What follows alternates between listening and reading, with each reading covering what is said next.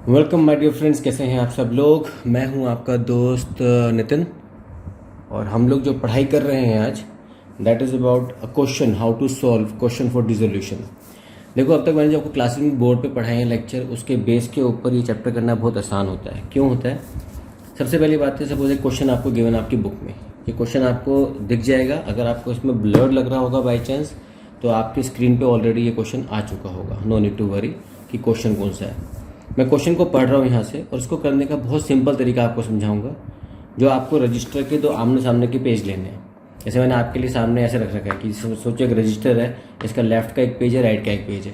तो मैं इस पर कैसे सॉल्व करूँगा इस क्वेश्चन को जल्दी जल्दी, वो आपको समझ में आएगा। तो क्वेश्चन क्या कहते हैं? क्वेश्चन ये कहता है, following was the balance sheet of DTG। 3 लोग हैं पार्टनर्स, 28 फरवरी को बंद हो रही है दुकान। The firm was dissolve on the about date. इस डेट पे दुकान बंद होती है। इनके पास कितनी लाइबिलिटीज हैं? Creditors, bills payable, G loan, R loan. R कौन है हमारा? ये बाहर का कोई बंदा है। ये ऐसा मत सोचना कि DTG है तो आर आगे तो उसका नाम आ जाएगा, ऐसा नहीं होगा। आर जो है बाहर वाला है, लेकिन जी जो है पार्टनर है। और पार्टनर के लोन के लिए मैंने आपको सिखाया था कि हम सेपरेट अकाउंट बनाएंगे। तो हम क्या करेंगे, एक तरफ 3 अकाउंट बनाएंगे, साथ में वर्किंग नोट के लिए एक अलग से अकाउंट बनाएंगे। General reserve, capital accounts, bank, debtors, stock, furniture, land and building and G's capital. अब जी के कैपिटल का डेबिट बैलेंस है, मतलब इससे पैसा लेना है हमने। तो जब हम इसके कैपिटल अकाउंट में एंट्री करेंगे तो डेबिट साइड पे लिखेंगे टू बैलेंस ब्रॉट डाउन। अब इसके बारे में लिखा है, कंपनी के बारे में, इसके बारे में कुछ चीज़ें गिवन है। अब देखो, अगर हमने एडमिशन के क्वेश्चन सीखे हैं, रिटायरमेंट के क्वेश्चन सीखे हैं, तो मैंने हमेशा आपको सिखाया है कि पहले आप एडजस्टमेंट पढ़ो। लेकिन डिसोल्यूशन के केस में क्या करना है, आपको पहले एडजस्टमेंट नहीं पढ़नी, आपको सीधा क्वेश्चंस करने हैं। क्वेश्चन कैसे करने हैं? ये सब चीज़ें अगर मैं नहीं भी देखूंगा ना, अगर ये सारे आइटम मैं नहीं भी देखूंगा तो भी ये बाद में कवर होंगे। तो करना क्या है, मैं इसको देख ही नहीं रहा, फिलहाल मैं आपको ना पढ़ के सुना रहा हूँ। तो करना क्या है, आपने सीधा सीधा आपके रजिस्टर के 2 आमने सामने के पेज लेने। लेफ्ट साइड पे आपने, क्योंकि अब मैं पेंसिल स्केल का यूज़ करूंगा ताकि राइटिंग अच्छी है। कई बच्चे कंप्लेन करते हैं कि आपके बोर्ड छोटा है, तो कोई बात नहीं, रजिस्टर बहुत बड़ा है हमारे पास। तो हम इसके आमने सामने के पेजेस के हिसाब से चलेंगे। Will make realisation account.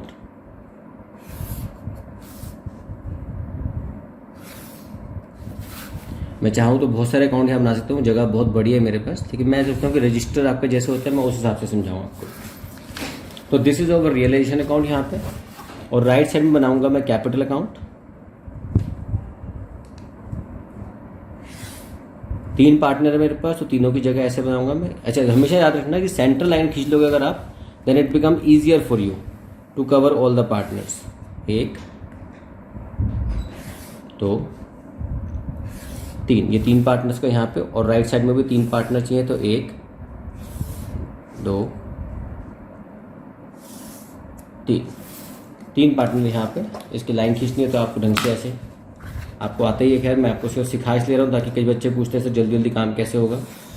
अब क्योंकि रजिस्टर नहीं है इस समय आपके लिए मैं कुछ स्पेशल तरीके से पढ़ा रहा हूँ, तो थोड़ा टाइम लग रहा है। अदरवाइज स्केल से पेंसिल जल्दी जल्दी खींचने में टाइम आपको 2 मिनट से ऊपर लगता नहीं है।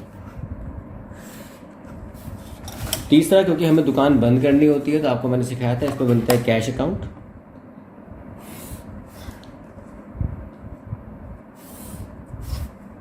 थोड़ा टेढ़ा मेढ़ा हो जाए तो please excuse me, no need to worry.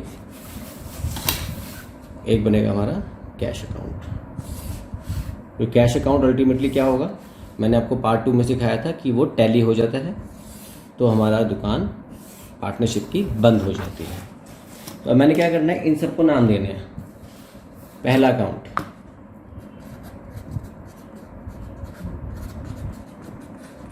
Realisation account, दूसरा अकाउंट कैपिटल अकाउंट। अब कैपिटल अकाउंट में क्या क्या नाम है, DTG। थोड़ा सा पेज इसका ऐसे कर लेते हैं, थोड़ा सा इधर ले आता हूँ, ठीक है। और तीसरा अकाउंट हमारा कैश अकाउंट। ओके, अब हमने क्या करना है, अब आपने सबसे पहले क्या करना है, जो आपके पास क्वेश्चन है ना दोस्तों, आपने एडजस्टमेंट को डील ही नहीं करना। आपको सीधा सीधा काम करना है कि जितनी भी एसेट लायबिलिटी इनको रियलाइजेशन अकाउंट में ट्रांसफर कर दो। तो मतलब पहला काम जो करना है आपने, वो करना है रियलाइजेशन अकाउंट का। और कोई काम आपको नहीं करना। तो मैंने आइटम शुरू करे, क्वेश्चन आपके पास ऑलरेडी है तो मैं उसी क्वेश्चन के बेस पे चल रहा हूँ। आपने क्वेश्चन नोट करना तो कर लो, स्नैपशॉट लेना तो कर लो, जैसा आपको ठीक लगे, क्योंकि एक साथ दोनों चीज़ दिखाना मेरे लिए थोड़ा मुश्किल होगा। And just what I am doing is, जितनी भी लाइबिलिटीज़ हैं मैं रियलाइजेशन अकाउंट में ट्रांसफर करूंगा, जितनी एसेट्स हैं रियलाइजेशन अकाउंट में ट्रांसफर करूंगा। कैसे करेंगे, शुरू करते हैं। बाय क्रेडिटर्स, क्रेडिटर्स कितने हैं मेरे पास, 50,000।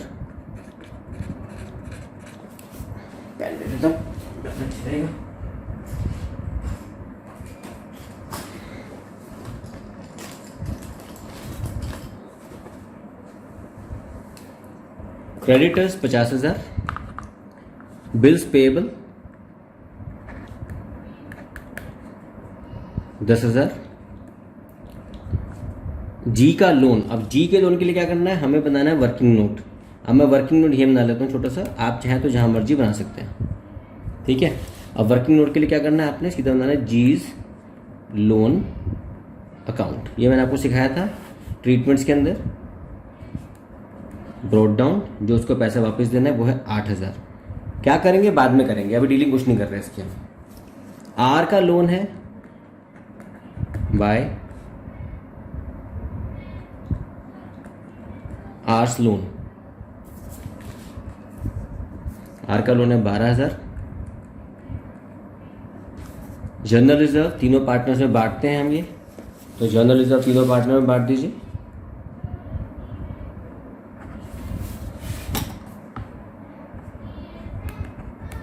जनरल रिजर्व टोटल हमारे पास है 20,000। उनकी रेशो हमें गिवन है, क्वेश्चन में हमें रेशो गिवन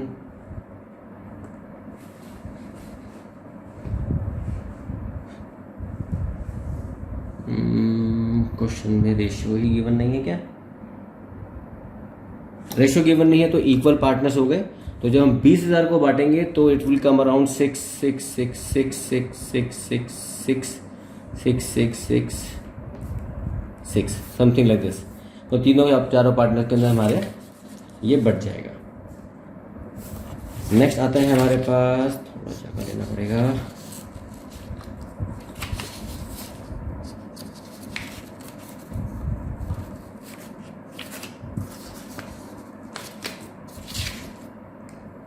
नेक्स्ट आइटम है कैपिटल अकाउंट्स। कैपिटल अकाउंट का बैलेंस सीधा हम डाल दीजिए यहाँ पे ऊपर बाय ब्रॉड डाउन बैलेंस। तीनों पार्टनर्स का नहीं है, सिर्फ डी और टी का है। तो डी का पार्टनर का 1 लाख है, दूसरे का 1,50,000, 1,50,000। और दूसरे पार्टनर का ब्रॉड डाउन बैलेंस है, तीसरे पार्टनर का टू बैलेंस ब्रॉड डाउन 20,000 जी का है, ठीक है। प्रैक्टिस करेंगे तो थोड़ा और जगह लेने की आदत पड़ जाएगी अपने को, क्योंकि आपको पढ़ाने के हिसाब से कर रहा हूँ तो जगह उस हिसाब से हमें बनानी पड़ती है।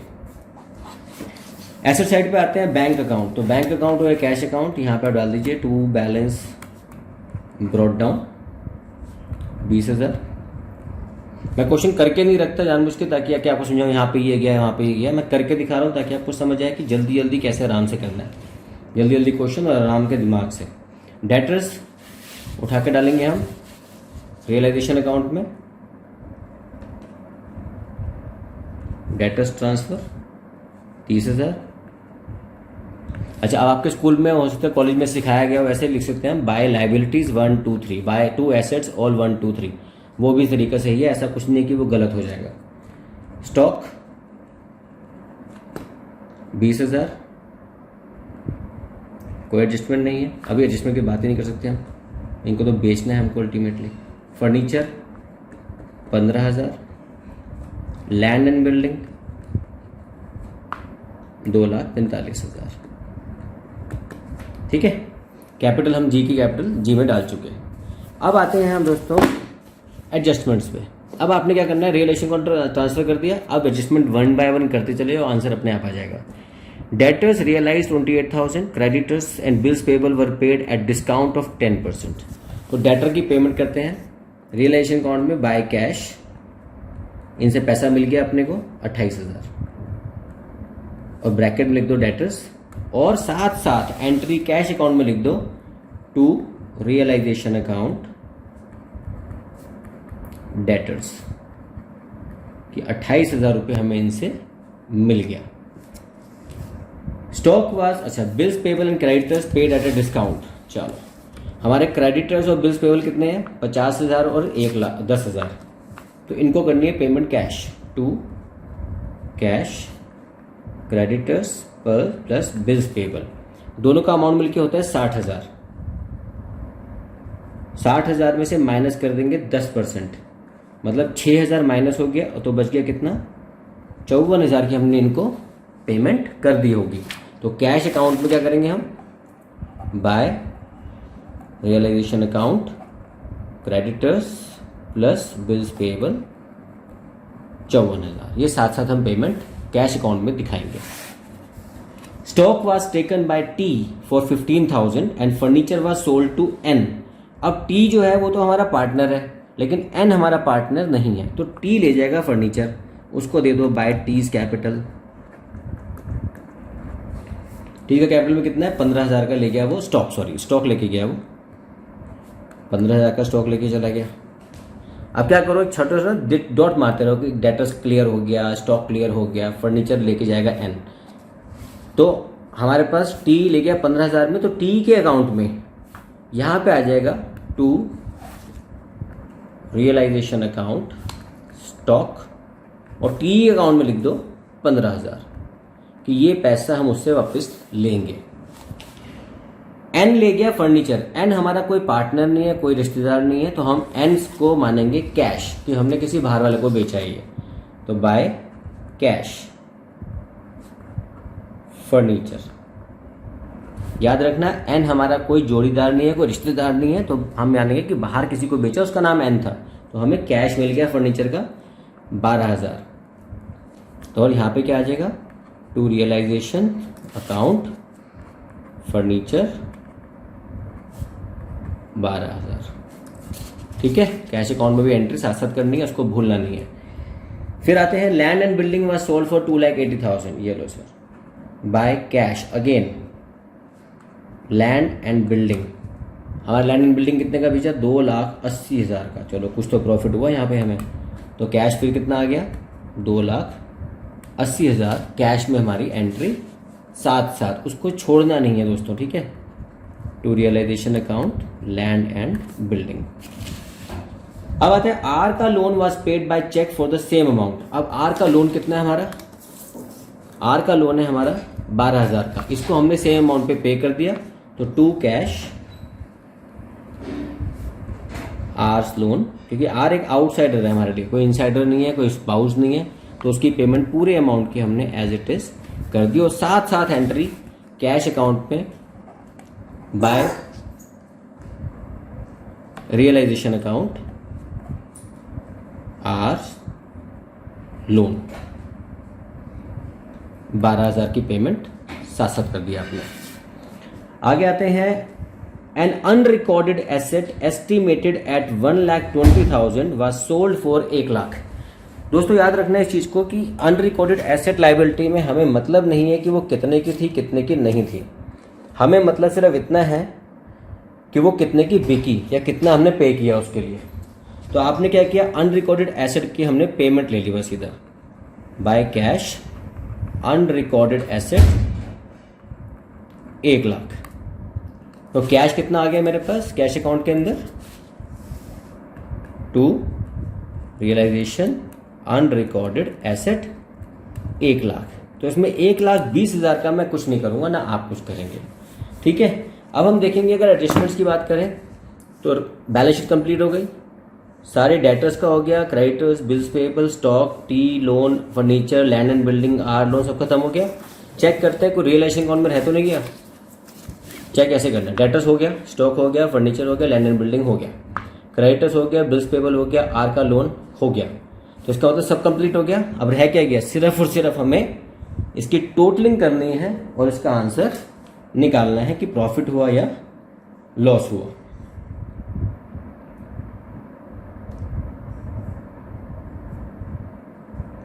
चलिए अब कहाँ से शुरू करें? टोटलिंग करते हैं साइड से। टोटलिंग ऑफ दिस साइड मैं टैली कर लूँ, 50,000, 10,000, 12,000। टैली मैं यहाँ से कर रहा हूँ बिकॉज मैं इलस्ट्रेशन ले रहा था ताकि टाइम बचे आपके साथ। तो 50,000, 10,000, 12,000, 28, 15, ठीक है, 12,000 ठीक है, 2,80,000 ठीक है, 10,000, 1,00,000 ठीक है, सब कुछ ठीक है।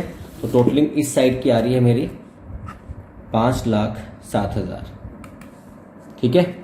अब 5,07,000 माइनस टोटल करेंगे तो आएगा प्रॉफिट। तो प्रॉफिट किसका होगा अल्टीमेटली? तीनों पार्टनर्स का, DTG। पार्टनर का प्रॉफिट आ रहा है हमारा निकल के इसमें 1,31,000 का।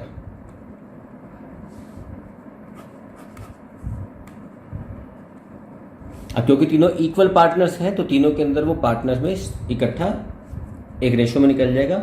43,667, 43,667, 43,667। अगर आपके कुछ स्टूडेंट्स को हमको नहीं पता चलता कि इक्वल रेशो कैसे हो गई, तो क्योंकि इस क्वेश्चन में रेशो गिवन नहीं है इसलिए इक्वल रेशो। अब ये प्रॉफिट डिस्ट्रीब्यूट हो जाएगा इनके कैपिटल अकाउंट के अंदर बाय रियलाइजेशन अकाउंट। 43,667, थोड़ी जगह मेरे को लगता है मैंने गड़बड़ ले ली, कोई बात नहीं, अगली बार और 6 जगह लेंगे क्वेश्चन करते टाइम। ये प्रॉफिट बढ़ गया। इनके कैपिटल अकाउंट में क्या क्या बचा? 1,00,000 का ब्रॉड डाउन, 6,667 या 6,667 कर दो, इसको 7 कर दो, और किसी को, चलो जो भी कर सकता है, किसी एक को 7 या ऐसे कर सकता है। तो अल्टीमेटली इनका प्रॉफिट, इनको इतना पैसा देना है और लेना कुछ भी नहीं, तो अल्टीमेटली कैश कितना जाएगा पहले वाले को? इन तीनों को ऐड कर दो, ये पैसा इसको जाएगा, दैट इज कमिंग अराउंड 1,50,334। तो कैश में कितना चला गया? By D's capital. तो डी का कैपिटल में साथ साथ एंट्री करनी है, उसको भूलना नहीं है। अगर आपने कोई भी एंट्री साथ साथ नहीं करी तो टैली नहीं करेगा, ठीक है। डीज कैपिटल 1,50,334। बी के बारे में इन दोनों को, तीनों को प्लस करो, 1, 2, 3 और माइनस कर दो 15,000। तो मेरे पास आ जाएगा उसका बैलेंस 1,85,334। तो बाय टी 1,85,334। और जी के लिए दिस प्लस दिस, दोनों को प्लस करो क्योंकि इसका डेबिट बैलेंस क्रेडिट बैलेंस था नहीं, तो माइनस 20,000 करेंगे तो आ जाएगा बैलेंस। इसके पास जो पैसा जाएगा वो आएगा थोड़ा कम, 30,332, 30,332 बाय जीज कैपिटल। अब मैंने आपको क्या सिखाया हुआ है? सिखाया ये था कि अब ये तो अकाउंट तो हो गए बंद, चलो ये तो टोटलिंग कर दोगे और ये अकाउंट बंद हो जाएगा। अब आंसर सही है गलत है कैसे पता चलेगा? जब हमारा ये कैश अकाउंट टैली हो जाएगा। अभी आपको दिखाया था ना, जो कैश बैलेंस बचा, ये बैलेंस चले गए कैश अकाउंट में क्योंकि उसकी पेमेंट करनी थी, क्योंकि 1, 2, 3 जो बैलेंस बचा पेमेंट, क्योंकि दुकान बंद कर रहे हैं अब हम। अब क्या टैली हो जाना चाहिए? एक्चुअली में टैली हो जाना चाहिए, लेकिन होगा नहीं अभी टैली। क्यों नहीं होगा? क्योंकि अभी हमारे अकाउंट है वर्किंग नोट में जी का लोन अकाउंट, और आपको बताया था पार्टनर लोन के लिए हम पार्टनर का लोन अकाउंट बनाते हैं सेपरेटली, उसकी पेमेंट करते हैं। तो यहाँ लिखेंगे टू बैंक अकाउंट या कैश अकाउंट, जो भी आप बना रहे हैं। इसके लिए कोई ज़रूरत नहीं है आपको बहुत लाइनें खींचने की, सिर्फ वर्किंग नोट में एक अकाउंट बनाया आपने, 8,000 की पेमेंट, तो यहाँ पे आप कर दो बाय जीज लोन अकाउंट, तो 8,000 की पेमेंट। तो अब क्या होगा? अब आपके पास ना तो पैसा बचेगा ना रहेगा, आपका दोनों अकाउंट टैली हो जाएंगे राइट लेफ्ट के। तो लेफ्ट के अंदर आएगा हमारे पास, इन सबको प्लस करेंगे, इन सबको प्लस करेंगे। तो अब आपने मुझे कमेंट में लिख के बताना है क्या ये दोनों टैली हो गए?